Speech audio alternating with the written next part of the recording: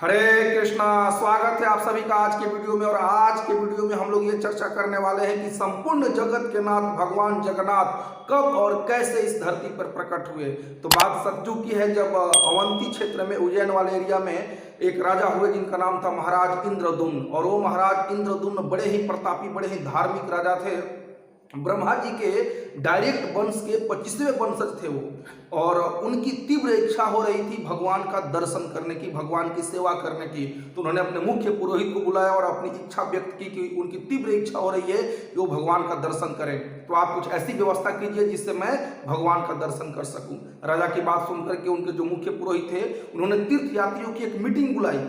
और उस मीटिंग में उन्होंने कहा कि महाराज इंद्रदुम्न चाहते हैं कि वो भगवान का दर्शन करे, भगवान की सेवा कर सके। तो आप सब बताइए कि अभी पृथ्वी पे महाराज कहाँ जा सकते हैं भगवान का दर्शन करने के लिए। तो कई सारे तीर्थ यात्री अलग अलग तीर्थ स्थानों का वर्णन किए, लेकिन एक तीर्थ यात्री उसमें आए जो कि एक अद्भुत तीर्थ स्थान के वर्णन किए। उन्होंने वर्णन किया कि अभी उत्कल क्षेत्र से आ रहे हैं, जो कि आज उड़ीसा कहलाता है। वहां पे पुरुषोत्तम क्षेत्र है जो कि जंगलों से घिरा हुआ है, और उस के बीच में एक नीलाचल पर्वत है नीले रंग का, और उस पर्वत के शिखर पर भगवान नील माधव विराजमान है। और उन्होंने नील माधव का अद्भुत वर्णन किया, रोंगटे खड़े करने वाले वर्णन किया उन्होंने नील माधव का, कि किस तरह से नील माधव के कुछ दूरी पे रोहिणी कुंड है। और उस रोहिणी कुंड का जल इतना पवित्र है, इतना पवित्र है कि मतलब उसका वर्णन नहीं किया जा सकता। उसी रोहिणी कुंड से सारे सृष्टि के तत्व उत्पन्न होते हैं, और जब प्रलय होता है तो सारे सृष्टि के तत्व विलीन हो जाते हैं, ऐसा बताया गया है। तो ये जगन्नाथ जी की जो कथा है ना, भगवान जगन्नाथ के बारे में, ये भगवान जगन्नाथ की जो कथा है वो स्कंद पुराण, जो कि सबसे बड़ा पुराण है। 18 पुराण में स्कंद पुराण सबसे बड़ा पुराण है। उसके उत्कल खंड में भगवान जगन्नाथ जी के बारे में चर्चा की गई है। फिर इसे पद्म पुराण में पुरुषोत्तम महात्म्य वाले चैप्टर में भगवान की चर्चा की गई है, जगन्नाथ जी की चर्चा की गई है। उसी तरह से ब्रह्म पुराण, भविष्य पुराण में, ऐसी कई पुराणों में भगवान जगन्नाथ जी के कथा का वर्णन मिलता है। तो उन्हीं सारे शास्त्रों से ये कथा मैं आपको बता रहा हूँ। तो तीर्थयात्री भगवान नील माधव का वर्णन कर रहे थे, तो उस सभा में सारे लोगों के मन में रोमांच जागृत हो उठा, उनके रोंगटे खड़े हो गए कि किस तरह से रोहिणी कुंड वहां पे है। और उस रोहिणी कुंड के कुछ दूरी पे एक अक्षय बट वृक्ष है जिसको कल्प वृक्ष भी कहते हैं। और फिर उसके कुछ दूरी पे भगवान नील माधव विराजमान हैं, जिनकी सेवा करने के लिए स्वर्ग से इंद्र आते हैं, ब्रह्मलोक से ब्रह्मा जी आते हैं, बड़े बड़े देवी देवता आते हैं भगवान के दर्शन करने के लिए, सेवा करने के लिए। फिर उन्होंने भगवान नील माधव के अद्भुत स्वरूप का वर्णन किया, दिव्य स्वरूप का वर्णन किया कि भगवान इंद्र नीलमणि से बने हुए हैं, और उनके जो उनका मुखमंडल है बड़ा ही अद्भुत है, बड़ा ही दिव्य है, सुंदर है। भगवान अपने कानों में मकराकृत कुंडल धारण किए हैं, गले में कौस्तुभ मणि धारण किए हुए हैं, कभी न मुरझाने वाले फूलों की माला भगवान धारण किए हुए हैं। इस तरह से अद्भुत तरीके से भगवान पितृ वस्त्र धारण किए हुए हैं, अद्भुत तरीके से वर्णन किए वो तीर्थयात्री। तो सारे लोग एकदम हतप्रत रह गए। ऐसा वर्णन करने के बाद वो तीर्थयात्री वहां से अप्रकट हो गए। फिर ये बात पुरोहित ने राजा को बताया, महाराज इंद्रदुम्न को। अब भगवान का वर्णन सुन करके, उस तीर्थ यात्रा का स्थान का वर्णन सुन करके महाराज के मन में एकदम तीव्र इच्छा जागृत हो गई कि अभी चलना है भगवान नील माधव का दर्शन करने के लिए। लेकिन पुरोहित ने कहा, महाराज रुकिए, पहले हम अपने छोटे भाई विद्यापति को भेजते हैं वहां पे। विद्यापति जाएंगे और भगवान नील माधव के स्थान का पता लगाएंगे, वहां पे व्यवस्था देखेंगे कैसी व्यवस्था है, फिर हम सब चलेंगे, आपको लेकर के चलेंगे वहां पे और भगवान की सेवा करेंगे, भगवान का दर्शन करेंगे। तो राजा ने पुरोहित की बात मानी, और पुरोहित ने अपने छोटे भाई विद्यापति को भेजा भगवान नील माधव का खोज करने के लिए, उनकी शोध करने के लिए। तो विद्यापति चले गए, और जब विद्यापति उस एरिया में पहुंचे, महानदी को पार करके भुवनेश्वर के बाद जब भगवान विद्यापति पुरुषोत्तम क्षेत्र में पहुंचे, तो उस नीलाचल पर्वत के आसपास में घना जंगल था। उनको रास्ता नहीं समझ में आ रहा था, कहाँ जाना है, कैसे करना है, क्या करूं, कैसे करूं, उनको समझ में नहीं आ रहा था। लेकिन विद्यापति जैसे ही अवंती से चले, उसी समय से उनके मन में तीव्र इच्छा हो रही थी, उनका मन रोमांचित हो रहा था, पुलकित हो रहा था, ये सोच करके कि उनको भगवान नील माधव का दर्शन करने का सौभाग्य मिलेगा। तो ये सोच करके वो बड़े प्रसन्न हो रहे थे, और भगवान का कीर्तन कर रहे थे, भजन कर रहे थे, भगवान का स्मरण करते हुए वो पुरुषोत्तम क्षेत्र में पहुंचे। लेकिन घनघोर जंगलों से घिरा हुआ था वो भगवान का नील माधव का जो नीलाचल पर्वत पे विराजमान थे, वो पर्वत घिरा हुआ था घनघोर जंगलों से। अब क्या करें, शाम का समय हो गया था। तो फिर उनको एक जगह से थोड़ी हलचल आवाज सुनाई दी, है ना। तो वहां पे सबर जाति के लोग इकट्ठा होकर के भगवान नील माधव की कथाओं का कीर्तन श्रवण कर रहे थे, चर्चा कर रहे थे भगवान नील माधव की लीलाओं का। तो उनको उस आश्रम से आवाज सुनाई दी, तो वो उस आश्रम की तरफ बढ़े। उस आश्रम का नाम था सबर दीपक आश्रम, और वहां पे सबर जाति के लोग रहते थे। और उन सबर जातियों में से जो उनके मुखिया थे, उनका नाम था विश्व बसु। तो विश्व बसु से मुलाकात होती है विद्यापति की। विद्यापति का विश्व बसु स्वागत करते हैं। देखिए आजकल कई जगह पे ये एक प्रोपगंडा चलाया जा रहा है कि सनातन धर्म में दलितों का अपमान होता है, ये भगवान की सेवा दलित लोग नहीं करते, या फिर हमें शूद्र माना जाता है सनातन धर्म में, हिंदू धर्म में। लेकिन ऐसा बात नहीं है। जो विश्व बसु हैं वो सबर जाति के हैं। सबर जाति समझते हैं आप? और सबर जाति के होते हुए भी वो नील माधव के मुख्य पुजारी थे। नील माधव भगवान की सेवा करते थे। और जब विद्यापति उनके पास पहुंचे ना, तो उनके शरीर से एक अद्भुत सुगंध आ रही थी। क्यों? क्योंकि वो नील माधव की सेवा करके आ रहे थे। और विद्यापति को विद्यापति का स्वागत किया। विश्व बसु ने उनको बैठने के लिए आसन दिया, फिर उनको खाने के लिए कुछ प्रसाद अर्पित किया। तो जब विद्यापति भगवान का प्रसाद खाए, ऐसा प्रसाद वो जीवन में कभी नहीं खाए थे। वो बेचारे बड़े आश्चर्यचकित हो गए कि ऐसा, मतलब सबर जाति के लोगों के पास ऐसा दिव्य प्रसाद कहाँ से? ऐसा तो मैं राजा के दरबार में भी नहीं खाया हूं ऐसा प्रसाद। तो उन्होंने वो पूछने लगे। तो विश्व बसु ने बताया उनको कि देखिए यहाँ पे स्वर्ग से इंद्र ब्रह्मा जी आते हैं, देवता लोग आते हैं भगवान का दर्शन करने के लिए प्रतिदिन। तो वो लोग भगवान के लिए स्वर्ग से प्रसाद लेकर, भोग लेकर के आते हैं। तो वही प्रसाद मैं आपको दे रहा हूँ। तो ये खा करके बड़ा रोमांचित हो रहे थे विद्यापति, और भगवान नील माधव के बारे में वो पूछते जा रहे थे। विश्व बसु ने कहा, अच्छा लेकिन आप क्या करने के लिए आए हैं यहाँ पे, आपका क्या प्रयोजन है? तो उन्होंने बताया कि किस तरह से उनके महाराज जो इंद्रदुम्न हैं वो ललायित हैं भगवान का दर्शन करने के लिए, व्याकुल हैं, उनके मन में तीव्र इच्छा हो रही है भगवान का दर्शन करने के लिए। विद्यापति ने उनसे रिक्वेस्ट किया कि देखिए प्लीज नील माधव का दर्शन करा दीजिए। तो कई जगह पे कुछ भिन्न भिन्न कथाएं आती हैं कि उनके आंख में पट्टी बांध करके उनको विश्व बसु ले गए नील माधव का दर्शन करने के लिए। वो अपने हाथों में सरसों का बीज लिए हुए थे, मस्टर्ड सीड्स, तो वो रास्ते में गिरा दिए कि जब दोबारा आएंगे तो ये सरसों उनका मार्गदर्शन करेंगे, सरसों के पौधे। कहीं कहीं पे वर्णन है कि वो डायरेक्टली लेके गए भगवान का, पहले उनको रोहिणी कुंड में लेके गए। रोहिणी कुंड के दिव्य जल से विद्यापति स्नान किए, और स्नान करने के बाद फिर भगवान का कीर्तन करते हुए, जयकार करते हुए, संकीर्ण रास्तों से, टेढ़े मेढ़े संकीर्ण रास्तों से होते हुए पर्वत की चोटी पे लेकर के गए विश्व बसु विद्यापति को। और विद्यापति को भगवान नील माधव का दर्शन हुआ। और जब विद्यापति ने भगवान नील माधव का दर्शन किया तो कई बार दंडवत प्रणाम करने लगे भगवान को। उनके शरीर के रोंगटे खड़े हो गए, रोमांच हो गया उनके शरीर में, आंखों से आंसुओं की धारा बहने लगी भगवान नील माधव का दर्शन करके। कहिए कि एक तरह से वो मुक्त हो गए विद्यापति भौतिक बंधनों से। भगवान का दिव्य दर्शन पाकर के बड़े पुलकित हुए, बड़े हर्षित हुए विद्यापति। और फिर विश्व बसु ने उनको भगवान का एक जो गले में माला थी, पुष्प माला, वो विद्यापति को दिया। और विद्यापति, क्योंकि वो माला जो था ना वो कभी मुरझाने वाला माला नहीं था, विश्व बसु ने विद्यापति को गिफ्ट के रूप में वो भगवान का प्रसाद, महाप्रसाद दिया, माला। विद्यापति उसको धारण किए बड़े आदर के साथ, और फिर निकल गए अगले दिन अपने महाराज को ये खबर सुनाने के लिए। और इधर इंद्रदुम्न महाराज बिना खाए पिए दिन रात भगवान का स्मरण में लगे हुए और इंतजार कर रहे हैं कि कब विद्यापति भगवान का शुभ समाचार लेकर के आए और कब उनको भगवान नील माधव का दर्शन हो। इसी इंतजार में वो अवंती में बैठे हुए हैं। विद्यापति जब अवंती पहुंचे तो महाराज इंद्रदुम्न ने उनको दंडवत प्रणाम कर दिया कि वो भगवान का दर्शन करके आए थे। फिर जब उन्होंने बताया कि ये जो गले में पुष्प माला है वो भगवान के गले की माला है, और विद्यापति ने वो माला राजा के गले में डाल दिया।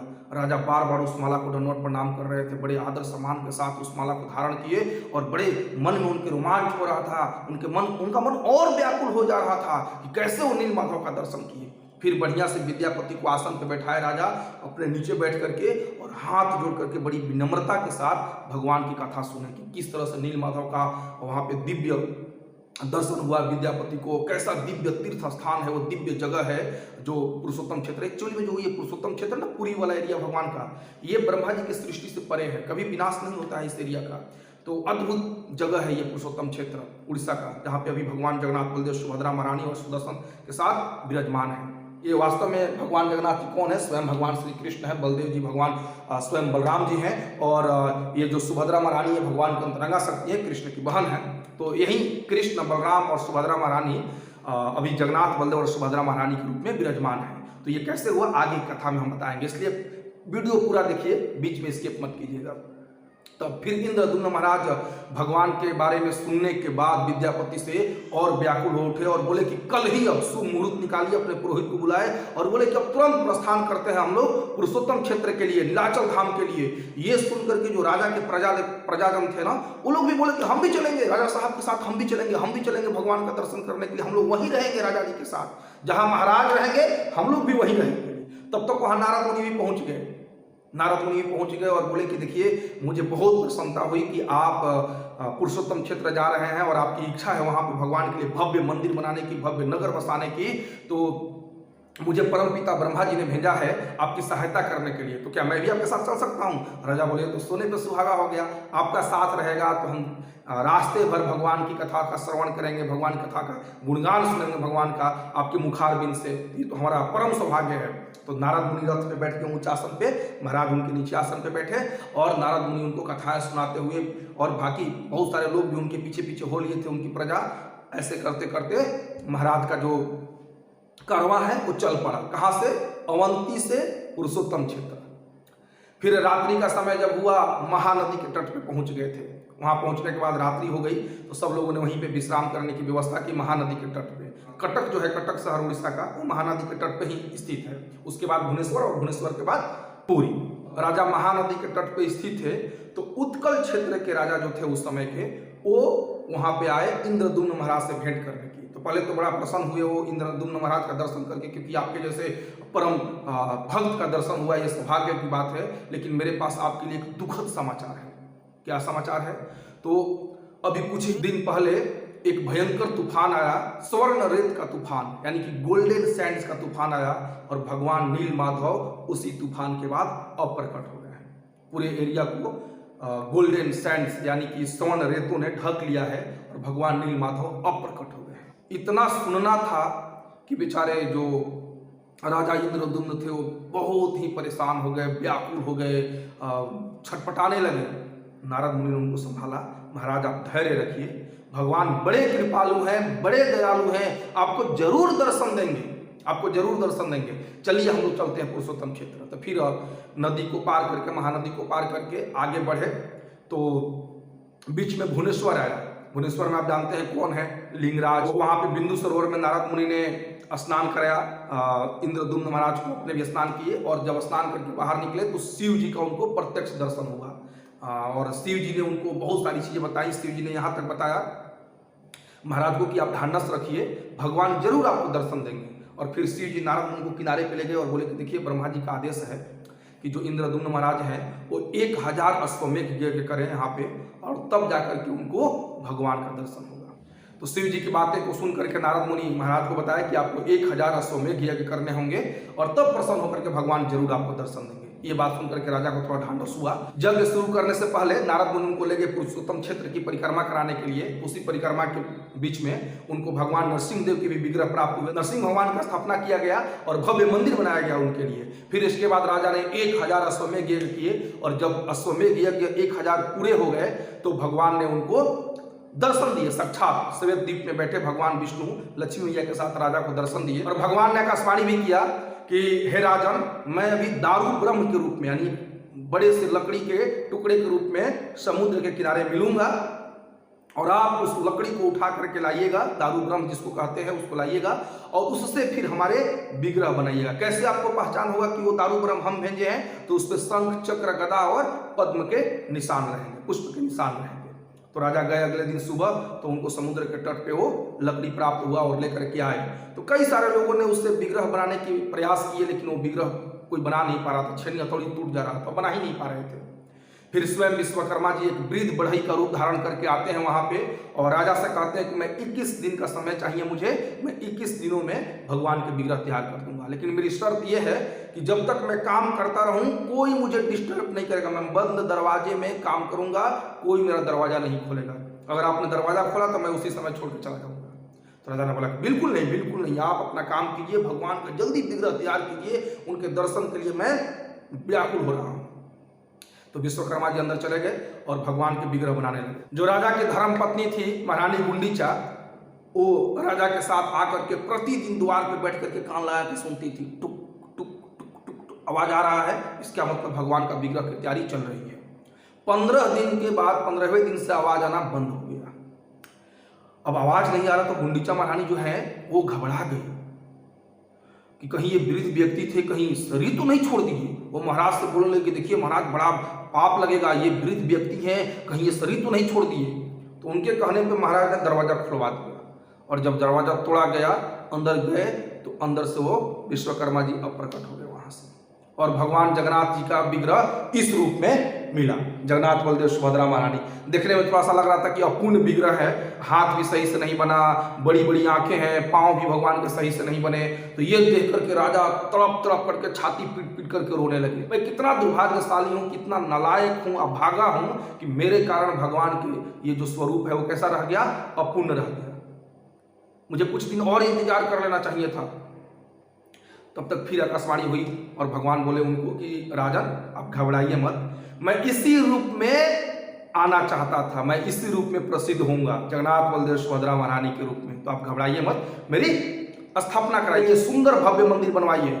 ये सुनकर के राजा को ढांढस हुआ, राजा प्रसन्न हो गए और फिर उन्होंने सोचा कि आखिर ये जगन्नाथ बलदेव सुभद्रा महारानी जो भगवान के विग्रह हैं, इनका मैं स्थापना किनके हाथों से कराऊं, कौन से ब्राह्मण के हाथ से कराऊं। तो उन्होंने सोचा कि इस ब्रह्मांड में सबसे बड़े ब्राह्मण कौन है, सबसे श्रेष्ठ ब्राह्मण कौन है, ब्रह्मा जी।